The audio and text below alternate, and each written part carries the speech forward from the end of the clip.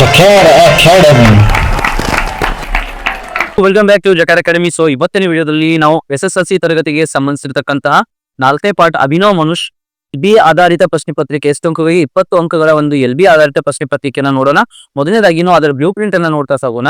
ನಾನು ಇಲ್ಲಿ ಸಪರೇಟ್ ಆಗಿ ಗದ್ಯ ಹಾಗೂ ಪದ್ಯಕ್ಕೆ 20 ಅಂಕಗಳನ್ನು ಸಪರೇಟ್ ಆಗಿ ತೆಗೆದುಕೊಂಡಿದ್ದೀನಿ. ನೀವು ಬೇಕಿದ್ರೆ ಗದ್ಯ ಹಾಗೂ ಪದ್ಯ ಸೇರಿನೂ ಕೂಡ 20 ಅಂಕ ತೆಗೆದುಕೊಳ್ಳಬಹುದು. ಆದರೆ LB ಯಲ್ಲಿ ಮಾರ್ಕ್ಸ್ ಎಂಟ್ರಿ ಆಗುವಾಗ ಸಪರೇಟ್ ಆಗಿ 20 ಅಂಕಗಳನ್ನ ತೆಗೆದುಕೊಳ್ಳುತ್ತೆ. ಹಾಗಾಗಿ ವಿದ್ಯಾರ್ಥಿಗಳು ಕೂಡ ಹೆಚ್ಚಿಗೆ ಅಭ್ಯಾಸ ಮಾಡಲಿ ಎನ್ನುವಂತ ದೃಷ್ಟಿಯಿಂದ ಸಪರೇಟ್ ಆಗಿ ಗದ್ಯ ಹಾಗೂ ಪದ್ಯಕ್ಕೆ ಬೇರೆ ಬೇರೆಯಾಗಿನೇ 20 ಅಂಕಗಳನ್ನು ತೆಗೆದುಕೊಂಡಿದ್ದೀನಿ. ಸೊ ಇದು ಒಟ್ಟಿಗಾಗಿ ಅಭಿನವ್ ಮನುಷ್ಯನಿಂದ 20 ಅಂಕಗಳ ಪ್ರಶ್ನೆ ಪತ್ರಿಕೆ ಇರಲಿದೆ. कठिनता के दृष्टि से अंक 12 ಎನ್ನುವಂತ ಡಿಫಿಕಲ್ಟಿ ಲೆವೆಲ್ ಅನ್ನು ನೋಡಿದರೆ सरलವಾಗಿ 6 अंक पूछे गए हैं, प्रतिशत है 30 और सामान्य रूप से 10 अंक हैं और प्रतिशत है 50. कठिन कुल अंक है 4 और प्रतिशत है 20 और कुल मिलाकर 20 अंक हैं और 100% हैं. ಅದೇ ತರ ಕಠಿಣತಾ ಸ್ತರ ಯಾವೆಲ್ಲ ಪ್ರಶ್ನೆಗಳಿಗೆ ಯಾವೆಲ್ಲ ಡಿಫಿಕಲ್ಟಿ ಲೆವೆಲ್ ಅನ್ನು ಅಪ್ಲೈ ಮಾಡಿದೆ ಅನ್ನೋದನ್ನು ಕೂಡ ಇಲ್ಲಿ ಸರಿಸುಮಾರಾಗಿ 11 ಪ್ರಶ್ನೆಗಳಿದಾವೆ. ಆ ಎಲ್ಲ ಪ್ರಶ್ನೆಗಳಿಗೆ ಅನುರೂಪ ಪ್ರಶ್ನೆ 4ನೇ ಪ್ರಶ್ನೆ ಇದೆ, ಅದು ಸರಳವಾಗಿ ಕೇಳಲಾಗಿದೆ. ಯಾವೆಲ್ಲ ಡಿಫಿಕಲ್ಟಿ ಲೆವೆಲ್ ಕೂಡ ಅದನ್ನು ಕೂಡ ಕೇಳಲಾಗ್ತಾ ಇದೆ. प्रश्न प्रकार की दृष्टि से अंक 12.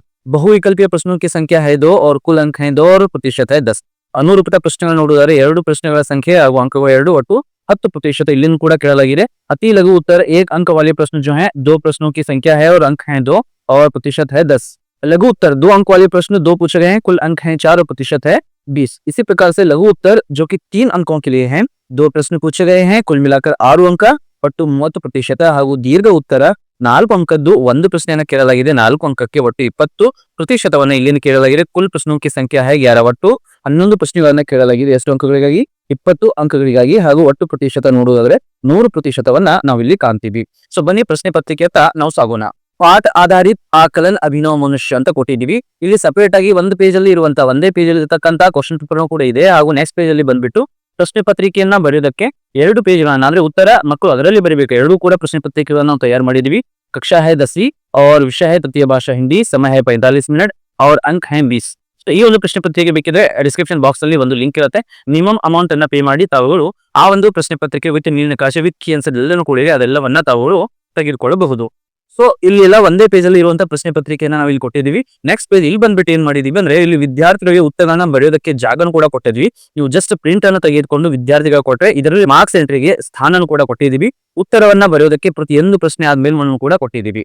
ಮುಖ್ಯ ಪ್ರಶ್ನೆ 1 है, सही विकल्प चुनकर लिखिए. ಸರಿಯಾಗಿರುವಂತಹ ಆಯ್ಕೆಯನ್ನ ಬರೆಯಿರಿ. MCQ ಕ್ವಶನ್ ಇದಾವೆ, ಬಹು ಆಯ್ಕೆ ಪ್ರಶ್ನೆಗಳನ್ನು ಕರಿತೀವಿ. 2 ಪ್ರಶ್ನೆ 2 ಅಂಕಗಳಿಗಾಗಿ. प्रश्न 1 है, बचा हुआ इसके लिए एकल शब्द होगा ಎನ್ನುವಂತ ಪ್ರಶ್ನೆಯನ್ನ ಕೇಳಲಾಗಿದೆ.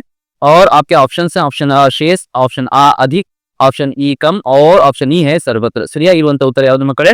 ಗೆಸ್ ಮಾಡಿ. ಆಪ್ಷನ್ ಅ ಶೇಷ ಎನ್ನುವಂತ ಸರಿಯಾಗಿರುವಂತ ಉತ್ತರ. ಇಲ್ಲಿ ಕೊಟ್ಟಿರುವಂತಹ ಸ್ಥಾನದಲ್ಲಿ ಮಕ್ಕಳು ಉತ್ತರವನ್ನ ಬರೀಬೇಕು. ಪ್ರಶ್ನೆ 2ನ ನೋಡೋದಾದ್ರೆ ನಿಮ್ನ में से श्रृंगार का तुकांत ಶಬ್ದ ಚಿಹ್ನ ಹೋಗ ಅಂತ ಕೇಳಿದ್ದಾರೆ. ಶೃಂಗಾರ ಶಬ್ದದ ತುಕಾಂತ ಶಬ್ದವನ್ನ ಅಂದ್ರೆ ಕೆಳಗಡೆ ಇಲ್ಲಿ ಪ್ರಾಸ ಪದಗಳನ್ನು ಬರೀಬೇಕಾಗಿ ರದಿಂದ ಕೊನೆ ಆಗ್ತಾ ಇದೆ. ಕೊಟ್ಟಿರುವಂತಹ ಆಪ್ಷನ್ ಗಳಲ್ಲಿ ಕೂಡ ರದಿಂದ ಕೊನೆ ಆಗುವಂತಹ ಶಬ್ದವನ್ನ ಬರೀಬೇಕಾಗಿರುವಂತದ್ದು. और आपके ऑप्शंस हैं ऑप्शन अ अच्छा, ऑप्शन आ सजावट, ऑप्शन ई आगार और ऑप्शन ई है कुरूप. ಸರಿಯಾಗಿರುವಂತಹ ಉತ್ತರವನ್ನ ನೋಡುವುದಾದ್ರೆ ಆಪ್ಷನ್ ಇ ಆಗಾರ್ ಎನ್ನುವಂತದ್ದು ಸರಿಯಾಗಿರುವಂತಹ ಉತ್ತರ. ಸರಿಯಾಗಿರುವಂತಹ ಉತ್ತರವನ್ನ ಕೊಟ್ಟಿರುವಂತಹ ಸ್ಥಾನದಲ್ಲಿ ಮಕ್ಕಳು ಬರೀಬೇಕಾಗಿರುವಂತದ್ದು. ನೀವು 3ನ ನೋಡುವುದಾದ್ರೆ ಮಾತೃಭೂಮಿ ಭಗವತಿ ಚಂದ್ ವರ್ಮ ಅಂತ ಕೊಟ್ಟಿದ್ದಾರೆ. ಸೊ ಇಲ್ಲಿ ಸಂಬಂಧ ಏನಿದೆ ಅಂದ್ರೆ ಆ ಒಂದು ಕವಿತೆಯ ಕವಿ ಹೆಸರನ್ನ ಕೊಡಲಾಗಿದೆ. ಅಭಿನವ್ ಮನುಷ್ಯ. आपको सही उत्तर लिखना है. रामधारी सिंह दिनकर ಅಲ್ಲಿ ಪ್ರಶ್ನೆ ಪತ್ರಿಕೆಯಲ್ಲಿ ಸರಿಯಾಗಿರುವಂತಹ ಸ್ಥಾನದಲ್ಲಿ ಮಕ್ಕಳು ಬರೀಬೇಕಾಗಿರುವಂತದ್ದು. प्रश्न 4 है, पहाड़ और गिरी दिया गया. इसी प्रकार से वारी यानी कि समानार्थक शब्द लिखना है. वारी का समानार्थी शब्द होता है जल. ಮುಖ್ಯ ಪ್ರಶ್ನೆ 3ನ್ನು ನೋಡೋದಾದ್ರೆ ಏಕ ವಾಕ್ಯ में उत्तर लिखी ಎನ್ನುವಂತ ಪ್ರಶ್ನೆಯನ್ನು ಕೇಳಲಾಗಿದೆ. ಒಟ್ಟು 2 ಪ್ರಶ್ನೆಗಳು 1 ಅಂಕಕ್ಕೆ ಒಟ್ಟಿಗಾಗಿ 2 ಅಂಕಗಳು ನಮಗೆ ಇಲ್ಲಿಂದ ಬರ್ತವೆ. ಪ್ರಶ್ನೆ 5 है, आज की दुनिया कैसी है ಎನ್ನುವಂತ ಪ್ರಶ್ನೆಯನ್ನ ಕೇಳಲಾಗಿದೆ. ಸರಿಯಾಗಿರುವಂತ ಉತ್ತರವನ್ನು ನೋಡೋದಾದ್ರೆ आज की दुनिया विचित्र और नवीन है ಎನ್ನುವಂತದ್ದು ಸರಿಯಾಗಿರುವಂತ ಉತ್ತರ. ಪ್ರಶ್ನೆ 6 है, मानव के हुक्म पर क्या चढ़ता और उतरता ಎನ್ನುವಂತ ಪ್ರಶ್ನೆಯನ್ನ ಕೇಳಲಾಗಿದೆ. इसका सही उत्तर होगा मानव के हुक्म पर पवन का ताप चढ़ता और उतरता ಎನ್ನುವಂತದ್ದು ಸರಿಯಾಗಿರುವಂತ ಉತ್ತರ. ಪ್ರಶ್ನೆ ಪತ್ರಿಕೆಯಲ್ಲಿ ಮಕ್ಕಳು ಕೊಟ್ಟಿರುವಂತಹ ಸ್ಥಾನದಲ್ಲಿ ಬರೀಬೇಕಾಗಿರುವಂತದ್ದು. मुख्य प्रश्न 4 है, 2-3 वाक्यों में उत्तर लिखिए. कुल 2 प्रश्न हैं, 2 अंकों के लिए कुल मिलाकर यहाँ से हमें आते हैं 4 अंक. ಪ್ರಶ್ನೆ 7 है, नर के करों में क्या क्या बंधे हुए हैं ಎನ್ನುವಂತ ಪ್ರಶ್ನೆಯನ್ನ ಕೇಳಲಾಗಿತ್ತು. ಸರಿಯಾಗಿರುವಂತ ಉತ್ತರ नर के करों में जल, विद्युत, भाप, वायु बंधे हुए हैं ಎನ್ನುವಂತದ್ದು ಸರಿಯಾಗಿರುವಂತ ಉತ್ತರ. प्रश्न 8 देखेंगे, नर किन किन को एक समान लांग सकता है, यह प्रश्न पूछा गया है. और जिसका सही उत्तर होगा नर नदी, समुद्र, सागर को एक समान लांग सकता है. यहाँ पर आपको पूर्ण विराम भी एक देना होगा. प्रश्न 5 देखेंगे, 3-4 वाक्यों में उत्तर लिखिए ಎನ್ನುವಂತ ಪ್ರಶ್ನೆಯನ್ನ ಕೇಳಲಾಗಿದೆ. 2 ಪ್ರಶ್ನೆಗಳು 3 ಅಂಕಕ್ಕಾಗಿ ಒಟ್ಟಿಗಾಗಿ 6 ಅಂಕಗಳು ನಮಗೆ ಇಲ್ಲಿಂದ ಬರ್ತವೆ. ನಾವು ದಿನಕರ್ ಜಿ ಕೆ ಅನುಸಾರ ಮಾನವ ಕಾ ಸಹಿ ಪರಿಚಯ ಕ್ಯಾ ಹೈ ಎನ್ನುವಂತ ಪ್ರಶ್ನೆಯನ್ನ ಕೇಳಲಾಗಿತ್ತು. ಸರಿಯಾಗಿರುವಂತ ಉತ್ತರವನ್ನ ನೋಡುವುದಾದ್ರೆ कवि दिनकर जी कहते हैं, आज मनुष्य ने प्रकृति पर विजय प्राप्त कर ली है. मानव को यौन से पाताल तक सब कुछ ज्ञात है, परंतु स्वयं को नहीं पहचाना, अपने भाईचारे को नहीं समझा.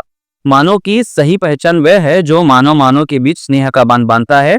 जो मानव दूसरे मानव से प्रेम का रिश्ता जोड़कर आपस की दूरी को मिटाता है, वही मानव कहलाने का अधिकारी होगा ಎನ್ನುವಂಥದ್ದು ಸರಿಯಾಗಿರುವಂತ ಉತ್ತರ.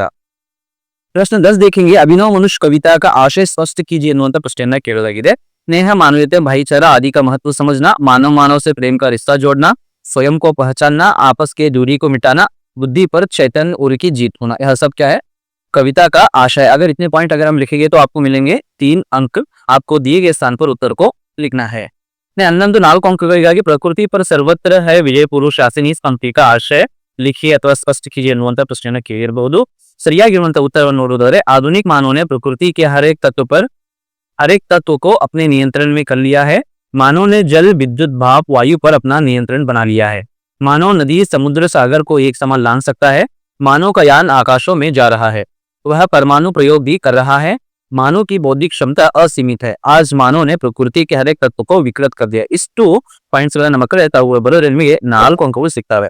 ಸೊ ಇಷ್ಟೆಲ್ಲ ಬರೆದ್ರೆ ಅದರ 20 ಅಂಕಗಳು ನಿಮಗೆ ಈ ಒಂದು ಪದ್ಯ ಭಾಗದಿಂದ ಲಭಿಸ್ತವೆ. ಸೊ ಸಪರೇಟ್ ಆಗಿ 20 अंकಗಳದ್ದೇ ಒಂದು ಪದ್ಯ ಭಾಗದಿಂದ ಬೇಕಿದೆ. गद्य और पद्य मिलाकर भी 20 अंक ले सकते हैं. अगर आप कहे तो इसको अलग अलग भी सेपरेट से 20 अंकों के लिए भी ले सकते हैं. मैंने इसलिए लिया है क्योंकि एलबीए के अंदर हमें जो अंक डालने होते हैं, एलबीए ದಲ್ಲಿ ಅಂಕಗಳನ್ನು ಹಾಕಬೇಕು ಅಂದ್ರೆ ಸಪರೇಟ್ ಆಗಿ ಪಾಠದ ಹೆಸರ ಮೇಲೆ ಅಂಕಗಳು ಹಾಕಿರೋದ್ರಿಂದ ಅಲ್ಲಿ 20 ಅಂಕಗಳ ಸಪರೇಟ್ ನಾನು ಪ್ರಶ್ನೆ ಪತ್ರಿಕೆಯನ್ನ ಪ್ರತಿಯೊಂದನ್ನು ತಯಾರು ಮಾಡಿದ್ದೀನಿ. ನೀವು ಬೇಕಿದ್ರೆ ಗದ್ಯ ಪದ್ಯವನ್ನ ಸೇರಿಸಿ 20 ಅಂಕಗಳನ್ನು ಕೂಡ ತೆಗೆದುಕೊಳ್ಳಬಹುದು. ಆ ಒಂದು ಮಾರ್ಕ್ಸ್ ಅನ್ನ ಹೇಗೆ ಎಂಟ್ರಿ ಮಾಡಬೇಕು ಎನ್ನುವಂಥದ್ದು ಇಂದಿನ ವಿಡಿಯೋದಲ್ಲಿ ಆಲ್ರೆಡಿ ಡಿಸ್ಕಷನ್ ಮಾಡಿದ್ದೀವಿ.